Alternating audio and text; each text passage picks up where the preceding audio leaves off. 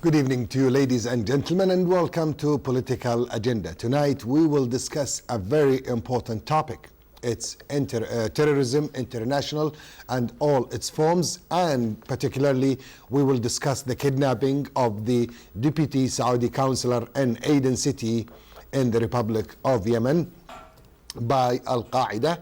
And from there we will start and we'll discuss also all forms and topics of terrorism. Yemeni authorities have tightened security measures around the Saudi Arabian embassy and other Saudi missions in Sana'a, following Al-Qaeda demands that Saudi Arabia should release members of its terrorist network detained in the kingdom. In a press statement, the Yemeni Ministry of Interior said that it tightened security measures around the Saudi embassy, its offices and attaches, its housing complex in Sana'a, and the Saudi consulate, as well as the council's accommodation in Aden. The procedure came after an Al-Qaeda member confirmed last Tuesday that the group is responsible for the kidnapping of the Deputy Council in Aden, Mr. Abdullah Al-Khalidi. The Ministry of the Interior said strict security measures comes upon the request of the Saudi embassy, and after Al-Qaeda had admitted that it kidnapped the Saudi diplomat in Aden 12 days ago, and also the call with the Saudi ambassador. The viewers will take a look at this report and we'll come back for further discussion. But before we go to the report, allow me to introduce my guests here in the studio. Professor Ibrahim Nahas, Professor of Political Science at King Saud University, and Muhammad Al-Ghamdi, Media Consultant and Political Observer. I want to welcome both of you. And for the first half an hour, we will be joined by Dr. Sultan Al-Angari. Dr. Sultan is a writer and a researcher in the security field. Welcome all of you to the program. And before we start discussion, let's take a look at this report with our director, Hiyam Al-Kilani.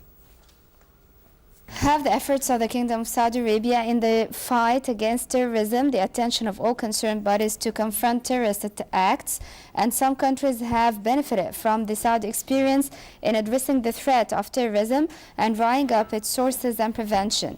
And Saudi efforts in the fight against terrorism won the applause of the international community by adopting a comprehensive strategy based on confrontation, intellectual and counseling in the same degree of attention to dealing security and legal proceedings in the trial of those accused of terrorist crimes. Colorful Kingdom's effort in the fight against terrorism at the international and Arab world to enhance cooperation between all countries and people and cut sources of financing and supporting terrorist groups, and the activation of the international mechanism in this regard, coupled with the positions of the Kingdom obvious at the international level in the rejection of terrorism big move to achieve cooperation in the face of terrorist crimes, as emphasized on many occasions, strongly rejected and condemned outright terrorism in all its forms and manifestations, denounced acts of evil of which are incompatible with the teachings of Islam and its provisions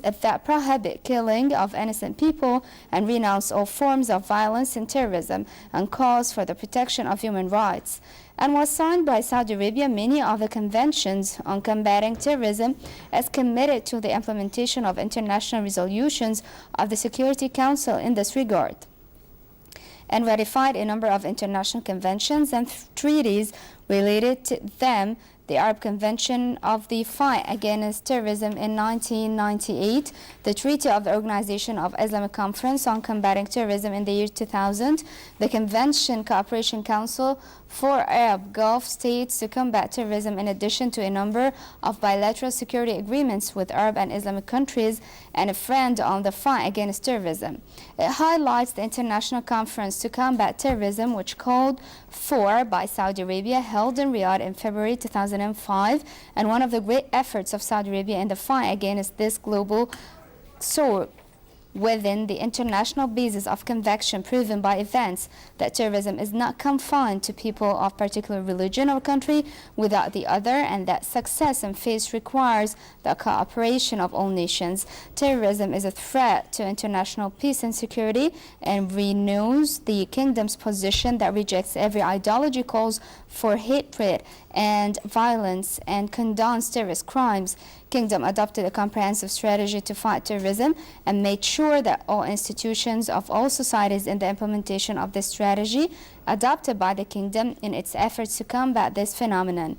The principle of the face of those ideas through dialogue and discussion was the establishment of Prince Mohammed bin Nayef, the advice and care in order to detect suspicious and to clarify the intellectual espoused by thinkers deviant that leads to terrorism, for the return of detainees to their senses and correct perceptions through the use of scholars of Sharia and specialists in social science, psychological, intellectuals, and businessmen, and give them the opportunity to meet with this group and discussing freely and react to their suspicions, and the approach of dialogue and persuasion with some followers of this ideology, and change a lot of convictions prior to their presentation of these declines through the media.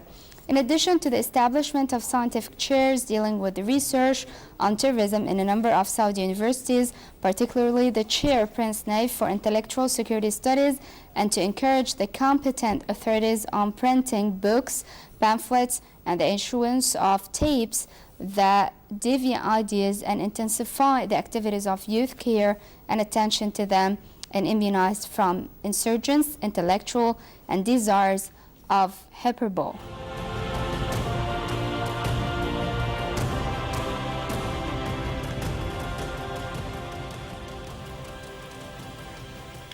Welcome back, dear viewers, and I want to thank my colleague Marwa Medhat for this report. And let me start the program. First, we want to discuss particularly the kidnapping of Mr. Al-Khaldi. He's our deputy councillor in Aden. But I want to start earlier about the Saudi Arabian fighting terrorism. Let me start with Professor Ibrahim. Professor Ibrahim, the efforts of the Kingdom of Saudi Arabia in the fight against terrorism. Yes. And also brought the attention of all concerned bodies to confront terrorist acts in all its figures and shapes. Also, Saudi Arabia have been very well experienced in addressing the threat of terrorism and drying up its sources and prevention. Could you just elaborate on the fighting of terrorism in Saudi Arabia? It was the first Arab countries, or yes. Egypt was before us, but Saudi Arabia did really experience a great horror of terrorism starting in Khobar in the 1990 explosion. Yeah. And then from there we started to experience a new Yes. phenomena in our country. Yeah. Why this phenomena came, and how did Saudi Arabia fight it? Thank you so much, Mr. Hussein, for inviting me to be in this good program, actually, and it's good for me to be in your guests here, Mr. Muhammad, and the other guest, Dr. Sultan Angari, Mm-hmm. and And also we will be joined by Dr. Faiz al-Shihri also. Yes, I thank you very much, and for your director, actually. Yes, as you said, Saudi Arabia, since the beginning, actually, fighting terrorism. It's from the basic principles that this country stands for, actually, fighting terrorism, that because it's first, it's against the Islamic values that we actually ruling and define and bring it to the world. And this terrorism, this country actually fight it since long time. And that, as you said, in 1996, that happened in Khobar, and then in this new era. Saudi Arabia actually fight this terrorism intellectually and security and politically around the world. Take this principle inside this country, teach the people in the right way of the Islamic values, that Islam is against any kind of terrorism, against any kind of standing wrong way against other point of views of people. King Abdullah take this actually in the world with the dialogue, that to take the roots of terrorism actually from the minds, from the way of thinking of the people. This is the start way actually, and the world supporting Saudi Arabia values and the principles in the United Nations. Before that, in Madrid meeting, Al-Qaeda actually, as many people said, it's Saudi people that from Osama bin Laden first, and the forming of this Al-Qaeda group. But that doesn't mean Saudi Arabia, education or something support this. But those people actually took the way of the Islamic in the wrong way, and understand Islam in their different ways actually, which is not good to have it. But actually we had that, but we fight it with all people inside the country, religious people, intellectual people, public people. We stand against it, and then the world help us, and we help the world in with this way or that way to fight this. But as you said, some people have this way of thinking. That doesn't mean represent the country, represent the people, represent the Islamic way. We fight it inside, and we fight it outside. And what happened for our people actually, our guy in Yemen, Al-Khalidi actually, deputy councillor, huh? Yes, that affect all of us actually negatively, and we hope he will be in good way, and those people will think in the way that in the right way, and come back to have the their minds back to them, and have the good way of thinking of Islam, and back to their country, and represent the good way. Mr. Al-Ghamdi, also as a political observer, sir, could we just elaborate on the fighting against terrorism in the Kingdom of Saudi Arabia? Saudi Arabia initiated what is called, in 2005, we started what is called the Conference Against Terrorism, and it was the first ever in the world. And then into the second stage, into Madrid, and then to New York, which is the dialogue between let's say other cultures or religions, or what is called between the interfaith dialogue of the world. So sir, if we are to discuss, my question is to Mr. Al-Ghamdi. The question, sir, is how do you see how successful the Kingdom of Saudi Arabia being in the third world and fighting groups of terrorism, and especially they're fighting ideological ideas? It's not, when ideologies affects or comes in the framework, it has more responsibility or more effect than a normal person when you have any ideologies. Could you just elaborate on the fighting against terrorism, and what is the goal of the kingdom to be among the first countries calling for conferences against terrorism, sir? Excellent question, and I'm just going to, in a way, elaborate on what Dr. Ibrahim has mentioned. Please. The responsibility of the Kingdom of Saudi Arabia vis-a-vis terrorism has been twofold. That is the responsibility. To disassociate Islam from this menace called terrorism, because every act of terrorism, great or small, especially the ones that happened in the West, attracted the enemies of Islam to say, this is what Islam is all about. That is fold number one. Fold number two is to save the Saudi society and the Saudi economic affluence and our people from the menace of terrorism and explosions and killings and murders, which we witnessed even before 1995 Riyadh bombing, and then 1996 Khobar bombing, and before that even many acts of terrorism inside the kingdom, and then the grand scale acts of terrorism in 2003 following the 9/11 bombings in New York, when Saudi Arabia truly found itself in the middle of this war with Al-Qaeda and the deviant groups of all directions, basically under the Al-Qaeda umbrella. The success of Saudi Arabia has also been twofold. Saudi Arabia has been the guardian of basic Islamic values, the basic significance of Islam to the world, to the Muslim world, and to the relationship between the Muslim world and the world at large. So Saudi Arabia must succeed in disassociating Islam from terrorism. Moreover, it must succeed in telling the world that Islam and the correct interpretation of Islam is actually against terrorism, because terrorism knows no religion, no creed, no race, nothing, and religious values, and I am including other religious religions, are against the killing of people, against mass murder, against acts of bombings, against acts of terrorism. I'm sure all religions are against And Saudi terrorism. Arabia has succeeded tremendously in disassociating Islam from terrorism, and in fact in making true Islam, as we see it in Saudi Arabia, and as the world supports us in our vision of Islam, in fact Islam now is the enemy of terrorism. Our textbooks, our media, our message from Islam is against this. That is success number one. And basically, Dr. Ibrahim has actually said this in a nutshell earlier. The other success is the internal success to eradicate terrorist groups within the kingdom. The security apparatus of the Kingdom of Saudi Arabia has been admirably successful in fighting terrorist cells.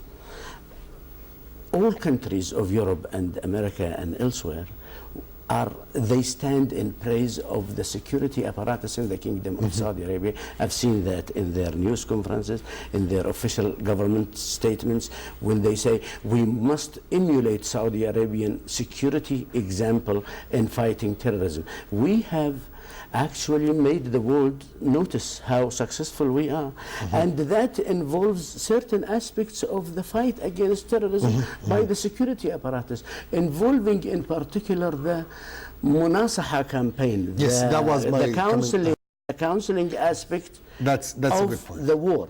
We are not here to eradicate and kill the terrorists, but also before we educate the terrorists that they are deviant and they are wrong, and if they think that they are doing it in the name of Islam, we will teach them what true Islam is all about. Yeah, that's a good point. And that campaign has succeeded. I'll come back. Let me ask Dr. Sultan Al-Angari on the phone with me. Dr. Sultan, sir, the Kingdom of Saudi Arabia has adopted what has been called by Mr. Mohammed Al-Ghamdi a comprehensive strategy based on confrontation with intellectuals and also counseling in the same degree of attention to dealing with the terrorists, also in the security matters and legal proceedings in the trial, and also even in the trial of the accused of terrorist crimes were dealt with what is called the Munasaha or the advice program.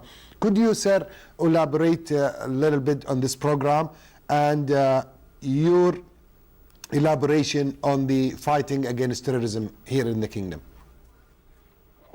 Thank you. And also I would thank your guest, Dr. Ibrahim النحاس, and Mr. Mohammed Al-Ghamdi, and the viewers as well. Actually, the Kingdom of Saudi Arabia, in many occasions, has confirmed its condemnation of all forms of terrorism. And not only this, but also to cooperate globally in its efforts on combating terrorism. Actually, Saudi Arabia, as Mr. Mohammed Al-Ghamdi has just mentioned, that its success in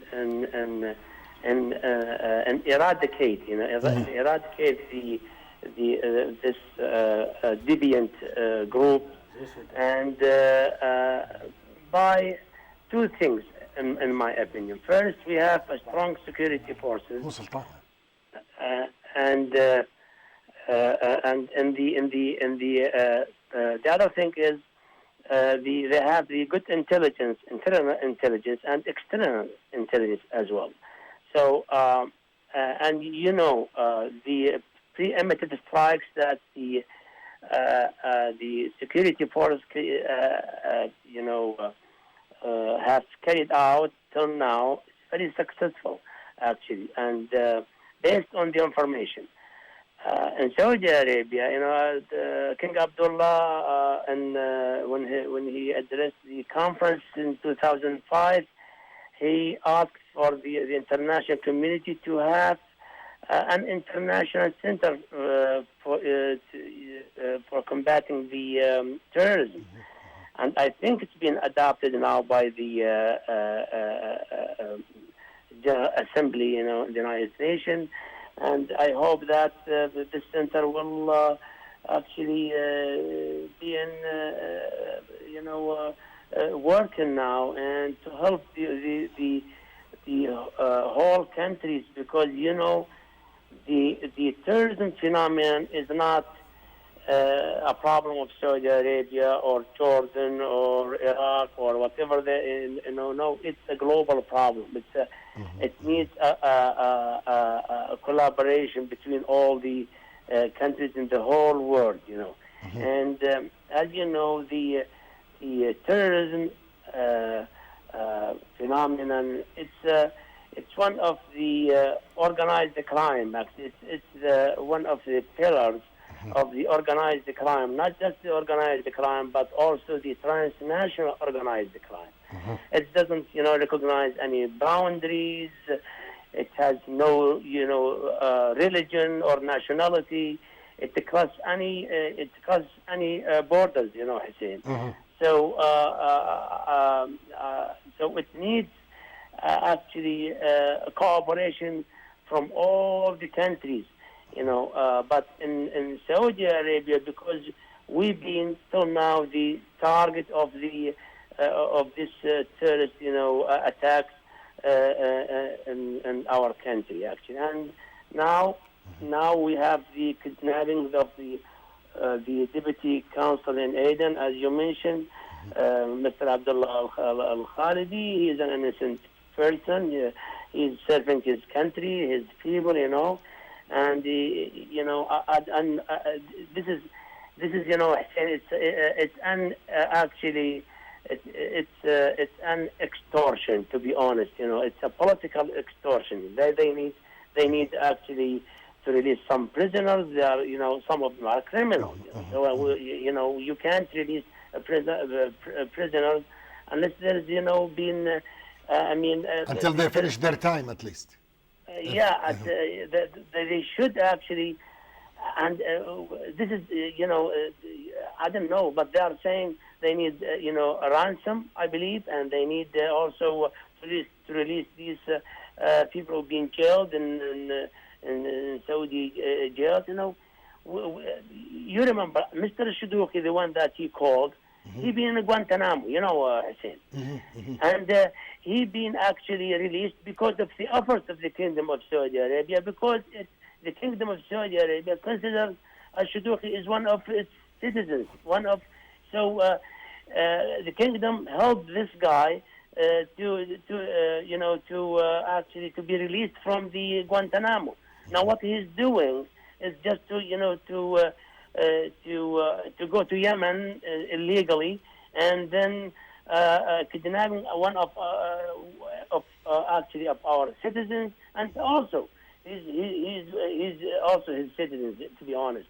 So now, is this the reward that's been from a Shadouki, to kidnap a person who is actually, the Ministry of Foreign Affairs exerted a lot of efforts in order to release, to release him and the others from the Guantanamo Bay, what they call it. The idea is clear, sir. The idea is clear. Dr. Ibrahim, also, now let's concentrate on the kidnapping of Mr. Now, it's an international phenomenon. Now we know even in the United States in 1996, Timothy McVeigh exploited what is called the Federal Building in Oklahoma. And in Egypt, where Mahjoub, the former interior minister, was killed. And in many countries. But in Saudi Arabia, as you said earlier, we start to see this phenomena lately after 1990, actually, after the second Gulf War. Sir, now let's concentrate on the Yemeni statement and the audio that we all heard between Al-Shadouki and our ambassador. Identify that Al-Qaeda is held responsible for the kidnapping. What is this message behind the kidnapping? Why did they kidnap an innocent person?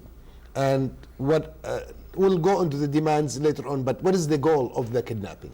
Yeah, for me actually, it's represent international fighting over this region. Actually, it's, this movement actually, or Al Qaeda group right now, very weak in the presence actually in this region. They find the security vacuum inside Yemen. They use it. But they are supported actually by maybe international regional power like maybe Iran actually, because they help Al Qaeda group after the collapse of Taliban actually in Afghanistan, and they moved to Iran, and from then they went to Yemen since the government there is very weak. Now So the Kingdom of Saudi Arabia tried the let's say the financing and also fought them, so they're out. They went like rats running into the neighboring countries. yeah, inside Saudi Arabia, they you know.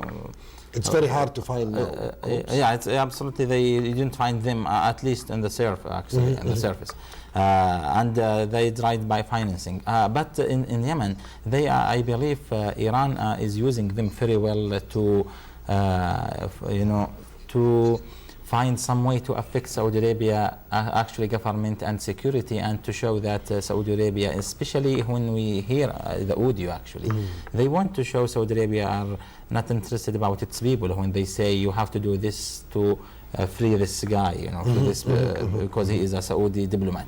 And that is not Al-Qaeda group actually agenda always. They don't care about kidnapping diplomat. Okay, they just Doctor, I have 2 minutes before the break. I want to give it to Dr. Sultan Al-Angari. Excuse me, Mr. Al-Ghamdi. Dr. Sultan, let's concentrate on the kidnapping of Mr. Al-Khaldi. Do you think that the terrorist group intends to carry out a political blackmailing game to the kingdom? Is the kidnapping of innocent people a signal of political and ideological bankruptcy? And why do Al-Qaeda usually targets innocent Islamic people, not Americans, no, or if they're called as enemies? Why are they concentrating on Islamic people? Yeah, you know, Hussein, you know, they are concentrating because actually they are not Muslims. You know, Muslims, you know, Muslims do not kill Muslims. This is we know it in our religion, you know. Yes, but yes. what they are doing, it's a terrorist. It doesn't. We mentioned that, you know. There is no religion involved in this whatsoever, you know.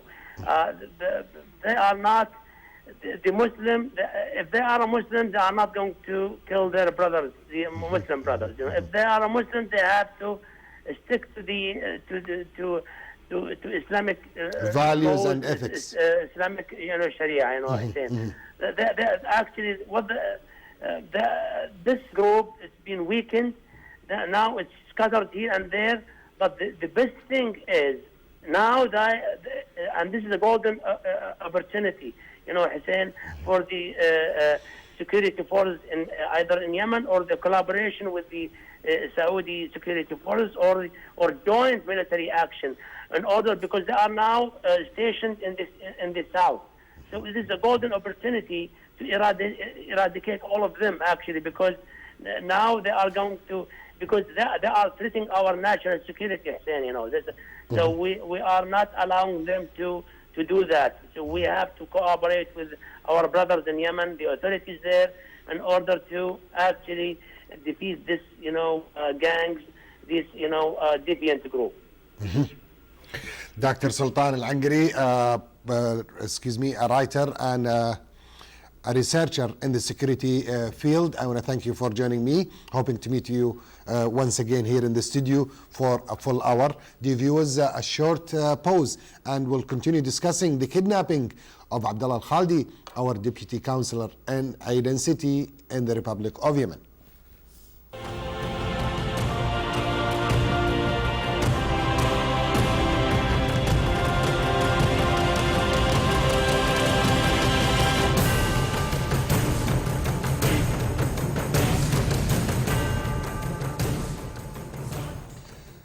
Welcome back, dear viewers. We're still discussing the kidnapping of our deputy councillor in Aden, Abdullah Al-Khalidi, Mr. Al-Ghamdi.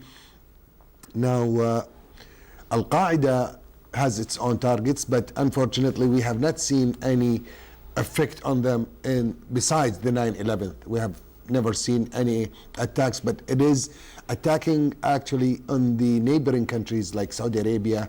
In Yemen they have fought. What is their goal? Is it because they have lack of security in these countries and they can find a rich soil to fight, or now after the killing of Osama bin Laden a few months ago, sir, lots of people said Al-Qaeda will end or finish after the Osama bin Laden. Now, is that what is called Al-Qaeda, or they are still following the Al-Qaeda is a fully operating organization so far? What do you say about it? Al-Qaeda is a defeated terror network. It's been beaten very badly by countries like Saudi Arabia and the West and other countries. They do not really have much power anymore. Their leader is gone. Their financing, their secret cells have disintegrated. But they like to say that they exist, and their goal is to do the maximum harm that they can. And they are doing the maximum harm that they can. But if the maximum harm that they can is to kidnap a Saudi diplomat in a foreign country, then yes, indeed, this proves the point that they are a terribly defeated terror network. And I am not minimizing anything here, because even the custodian of the two holy mosques has repeatedly said that our war with the Al-Qaeda is a war with an ideology. It will take 10 to 20 to 30 to even 40 years. It takes a long time when you fight ideologies. We will just go along and spend that time fighting it. Al-Qaeda has been discredited morally, because you asked Sultan Al-Angari a very good question. You said they are killing Muslims. Al-Qaeda has been discredited morally by a Muslim power called Saudi Arabia.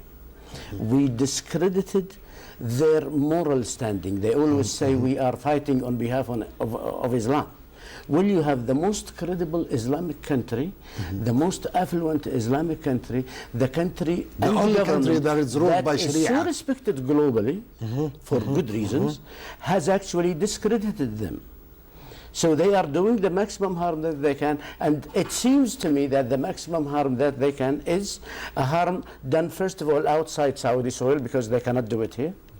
Second, they are, as Dr. Nahas said, they are taking advantage of security vacuums in countries that are more or less failed states, like Yemen. Sorry to say that. But countries that have been ruled by dictators, and in the spirit of the Arab Springs, have actually experienced revolutions. Either dictators breed either civil war or terrorism, or extremism, nationalistic extremists, racist extremists, we can hear that here and there, and religious extremists. So countries like Saudi Arabia and the Gulf and respectable countries in the Arab world will continue to fight the menace of Al-Qaeda existing in security vacuums, namely Somalia, Yemen. Inshallah, one day we will help Yemen to gain its sovereignty over its soil. Its inherent strength from within in order to fight it. Countries that are ruled by vicious dictators like Syria can indeed become breeding grounds for terrorism, no doubt about it. There are countries that wish us ill in the region because of their hegemony, because of their because of their racism, pure racism, and because of their regional greed. They can continue to exploit the situation of these terror networks and will utilize them for their own purposes. They just want to destabilize now. They will not take over countries or political systems. They cannot. They are discredited so badly. But they would like to cause harm. Now, one little point here regarding our Vice Chancellor and Aiden. They wanted to swab him for A number of people, 16 men and 15 men and women, including 6 women. Because, in their words, they wanted the whole world to think that they are prisoners of conscience, prisoners of opinion, which is not true. It only proved Saudi Arabia right for putting these people in jail. Those who are asked by Al-Qaeda for their release are definitely terrorists or collaborators of terrorism. So this strengthens the government, the Saudi And there was a government's good answer by stance, the and ambassador. it strengthens the solidarity of the Saudi people with their government against these either outright terrorists or collaborators of terrorists. And Al-Angari mentioned one very good point. This Shadouhi guy who spoke on behalf of the emir of the Al-Qaeda in Yemen, his name is Nasser al-Wuhayshi. He says, I'm speaking on behalf of the head of the Al-Qaeda in Yemen, when he spoke to the ambassador. Yeah. He was mentioning all the demands of the Al-Qaeda, and it all went out. Let me go to Dr. Faiz Shehri, Professor of Information and Security Expert. Dr. Faiz, I want to welcome you to the program. And sir, through its statement, the Kingdom of Saudi Arabia has stressed on its rejection and condemnation of all kinds and forms of terrorist actions. Sir, how do you read the Saudi strategy in fighting terrorism?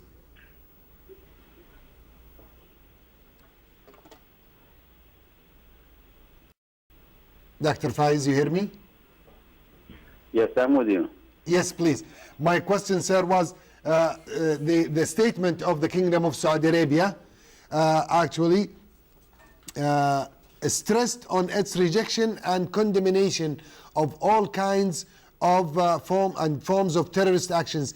How do you read the strategy of fighting terrorism in the Kingdom of Saudi Arabia, sir? First of all, a very good evening to you and your viewers. If you look at this case, it is not in isolation of the total efforts by the Saudi government to fight terrorism, not in the country, also outside. But the situation in Yemen, we are not dealing with a state. We are dealing with some sort of tribal movement and this kind of gang. It's not Al-Qaeda anymore. Al-Qaeda has strategy. And now, in the last years, because of the efforts made by the Saudi government and the international community to fight terrorism, these gangs try to find a place where they can reactivate their activities from isolated places in mountains in Yemen or Somalia, Sudan, whatever they like, or they think this place will give them the shield so they can broadcast their propaganda or try to make some of the operations. And the last year or so, the group where they think they link themselves to Al-Qaeda, they found a place in the mountains of Yemen in the protection of some tribal, if I can say, some of those who think they can support them and provide welfare and all kind of. On the other hand, I think they are not in isolation of the international conflicts in the area because they are like a gun for hire for those who benefit from their activities. The way the story of the kidnap of the Al-Khaldi and the way the call we heard on the news, the Saudi government aired to the public, shows that the Al-Qaeda, if they still have links with Al-Qaeda, is losing ground and losing the support of the public, and also they have the problem with the financial support either from the forces or the international or some link them to Iran, some link them to some forces in the region. So they are trying to find a place and trying to find a case to be on the public again and on the news.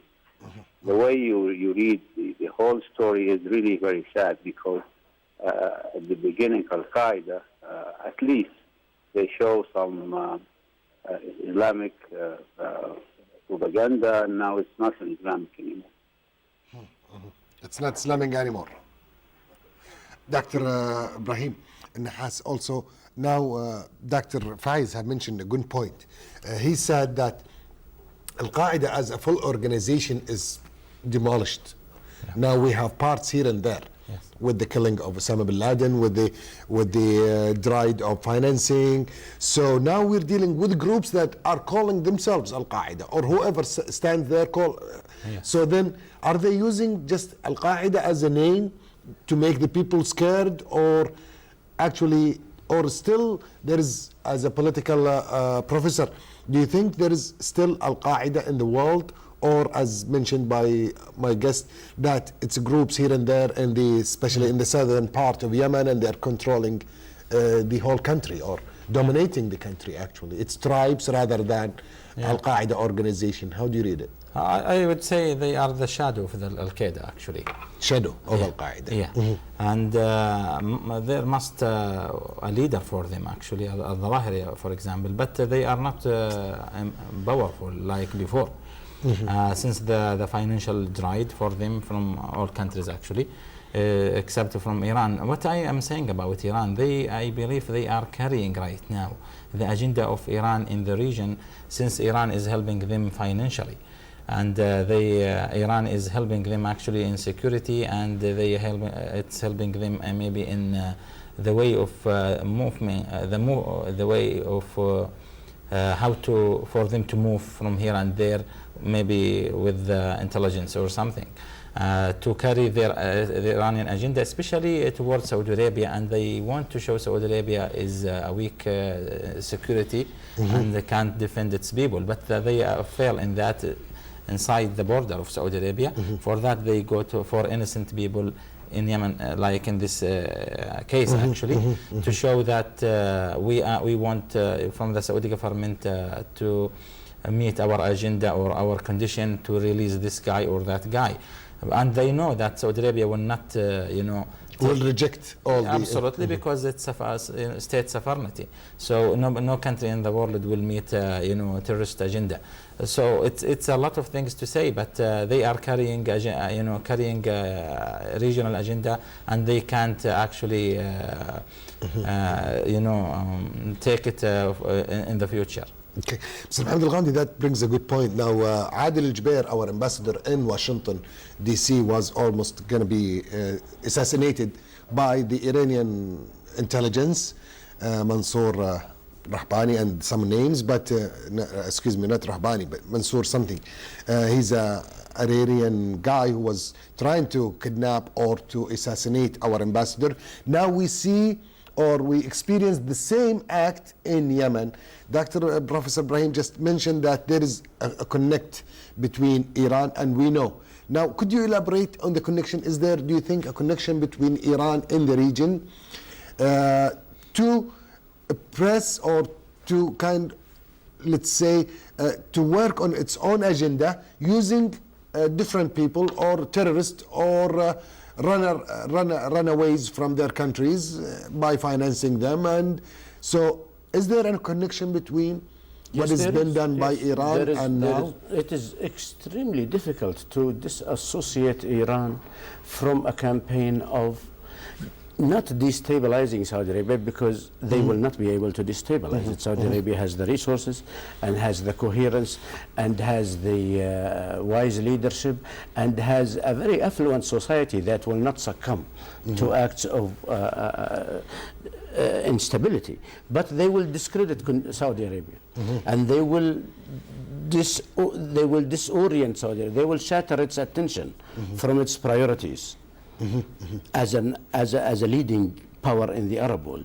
They will try to kill an ambassador in Washington. They will kidnap somebody in Yemen or Aden or anywhere else. In a zero security country like Yemen. And these acts will never stop, and it is difficult to disassociate Iran from that, because frankly these are the only tools Iran has.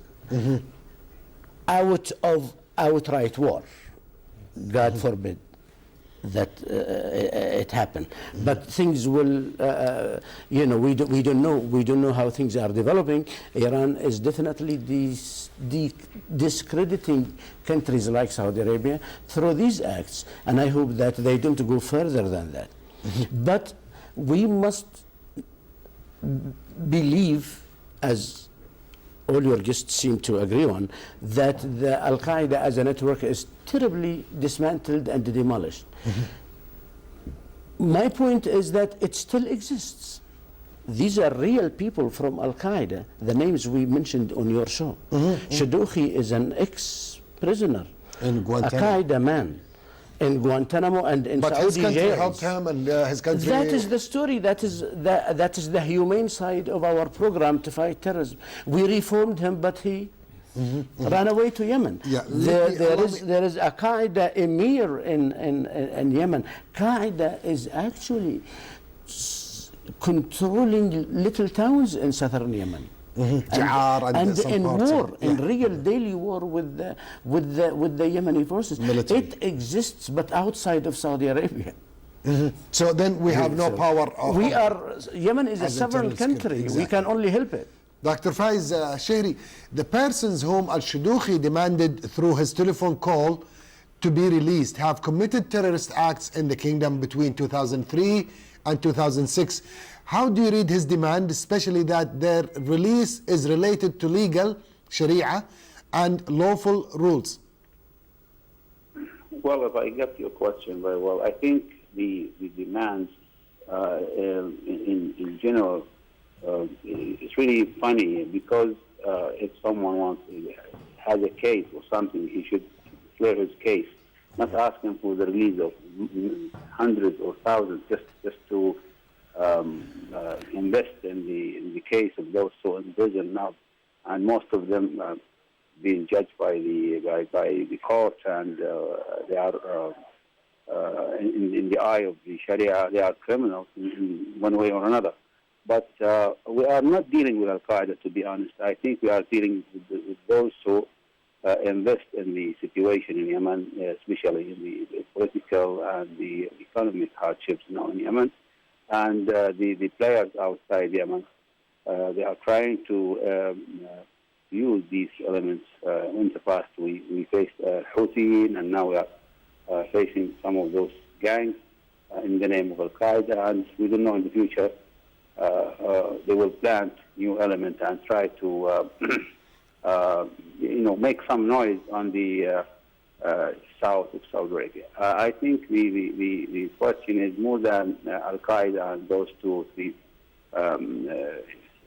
gangs here and there in Somalia or in Yemen. I think the question is, it is a call for the Arab League or the Gulf states to reinvest in Yemen situation and help to stabilize the situation in Yemen, because unless we secure the Yemeni border and the Yemeni security as a whole country, I think it will not just harm the relations between the Arab countries, it will also harm the image of Islam as it was in the September 11.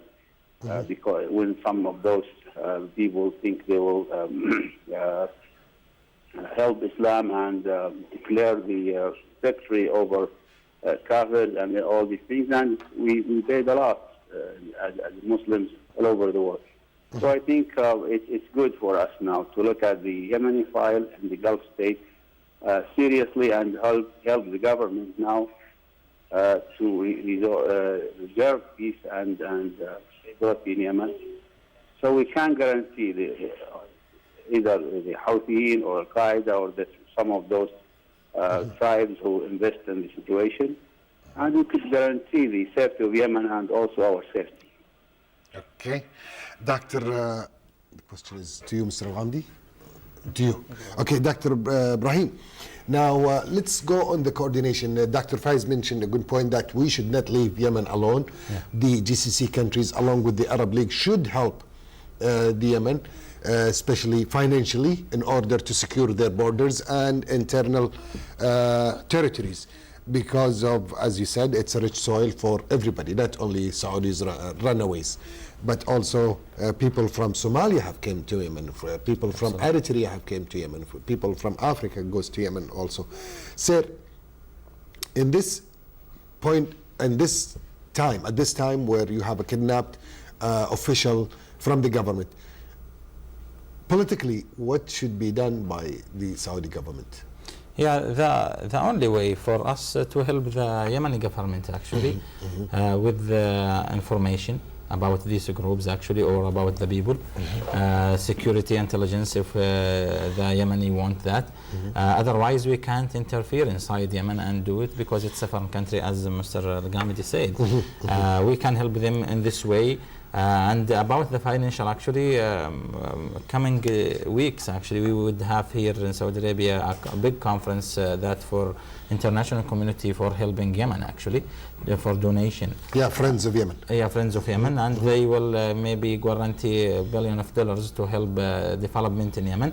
And we know that the history of GCC in general, actually, Saudi Arabia specific, help Yemen with $1 billion, but the corruption inside Yemen last times that did very bad development in Yemen. So these groups find this environment, poor environment actually, for bring people to support Al-Qaeda agenda or Iranian agenda inside Yemen.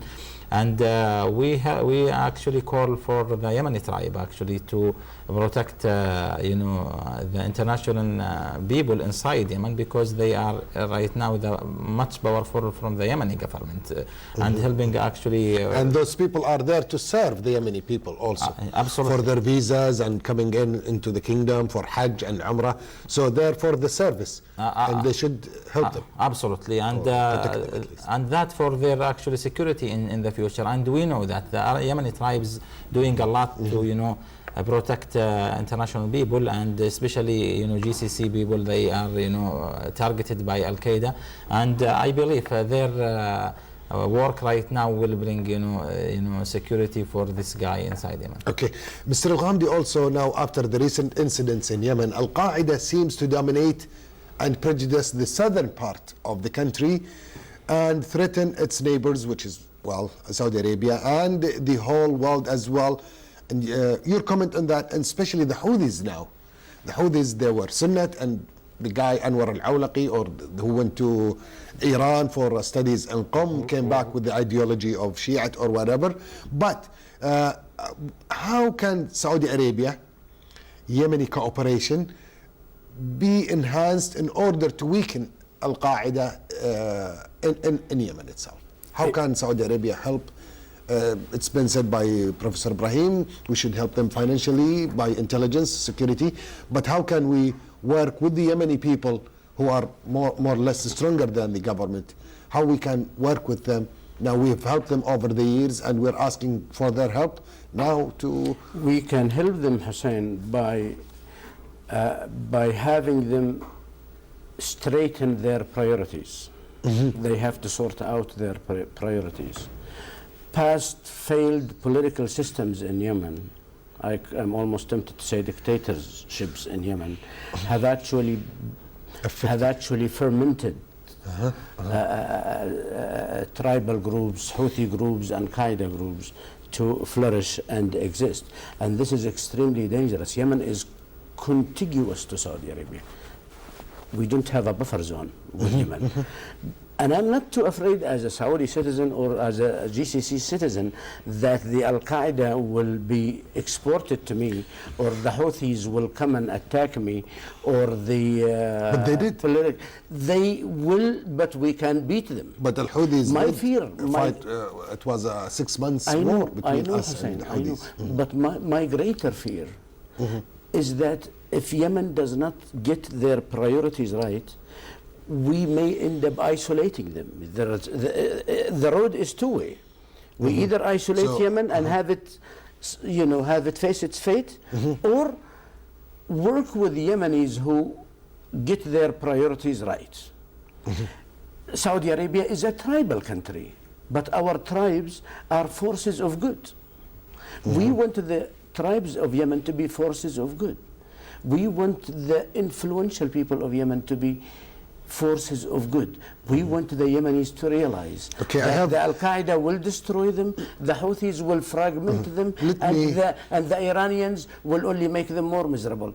They should understand that. Okay, Dr. Faiz al-Shehri, also sir, now there is coordination between Iran, as my guests have said, between Iran and Al-Qaeda. They have the same goals to affect the Islamic people and the Islamic countries rather than the what is called the atheist countries, if we are to say so, in their ideologies. Sir, now Saudi Arabia, as an expert of security, what are the solutions? Now Al-Shudukhi was helped by his government, brought from Guantanamo, went through Al-Munasaha program or the advice program, but he went back and now he's asking for more terrorists to be released from the jails of Saudi Arabia. Those guys have committed crimes, or ladies, those people have committed crimes against the humanity, against their own citizens. Sir, now, as an expert, what should be done now in this case of a kidnapping of one of the diplomats? In your point of view, what should be done by our government and the Yemeni government? Well, I think the Saudi government and the Yemeni government have a lot of things in common, especially in the security issues. And I think there is no problem between the Saudi government and the Yemeni government in dealing with these gangs. The thing is, in the past, we were dealing with an organization with at least some sort of ideological frame. But now we are not dealing with the same organization. We are dealing with a certain group of people who choose to the criminal way. When you analyze the conversation between the Al-Shudukhi and the ambassador, it was really funny because it's like any gang member in any backstreet or one of the backstreet boys will talk in a very cheap way, asking for money and threatening to take the knife and slaughter an innocent nobleman. The way the government dealt with this case was clear, and it was to put the public, the Saudi public or the Yemeni or the Islamic public opinion in the full picture, so they can think of themselves that Al-Qaeda in the past, after a lot of efforts made by the governments in the area, and they cut the roots of this organization and everything was clear. And now those small groups unmask the whole issue, that the efforts made by the government in the last 10 years or so was in the right direction. Now they are trying to hide in mountains and caves to find at least an innocent man doing his business or doing his daily work, routine work, to help the Yemeni and the Saudi workers and business people who come and go through the embassy. And now he is a victim of a group of people who has nothing to do but to declare that they are asking to release prisoners who committed some sort of crime in the eye of Sharia, in the eye of the court. There were a lot of criminal acts made by those people, and then in the middle of the conversation between him and the ambassador, he's asking for the knife, the key, just to slaughter an innocent man who has nothing to do with the whole issue. Yes. So it was clear to us, and now it's clear that the Saudi government and the Yemeni government need at this moment to cut the roots, wherever they came from, these roots from Iran or from any element in the region who try to invest in and do something in the relation between Saudi and the Yemeni. The idea, sir, is crystal clear. Dr. Faiz, I have no time actually. We went over time. Our best wishes to Mr. Al-Khaldi, Abdullah Al-Khaldi, and also we're asking the Yemeni people, Saudi people have helped you all along. Now it's your time to help this guy who has been said by my guest is an innocent person, is the person for your service. He is there to serve you for your visas, to enter to the Kingdom of Saudi Arabia, and also to serve the Saudis that are in Yemen. I want to thank at the end of this program Dr. Faiz Al-Shehri, Professor of Information and the Security Expert, and also I want to thank Mr. Muhammad Al-Ghamdi, Media Consultant and Political Observer. I will thank you, and Professor Ibrahim النحاس, Professor of Political Science at King Saud University. Last but not the least, I want to thank also Dr. Sultan Al-Angari, a writer and researcher in the security field. Give you our best wishes to our kidnapped diplomat in Yemen to be freed, and also for the righteous to appear over the wrongs. On behalf of Director Hiyam Al-Kilani and the entire crew of Political Agenda, Abdul Rahman Al-Angari and Abdul Jabbar Al-Kabiri, the preparation team, Muhammad Al-Ghamdi, Muhammad Al-Husainan and Khadija Al-Shehri. I wish you a good night. Wassalamu alaikum wa rahmatullahi wa barakatuh.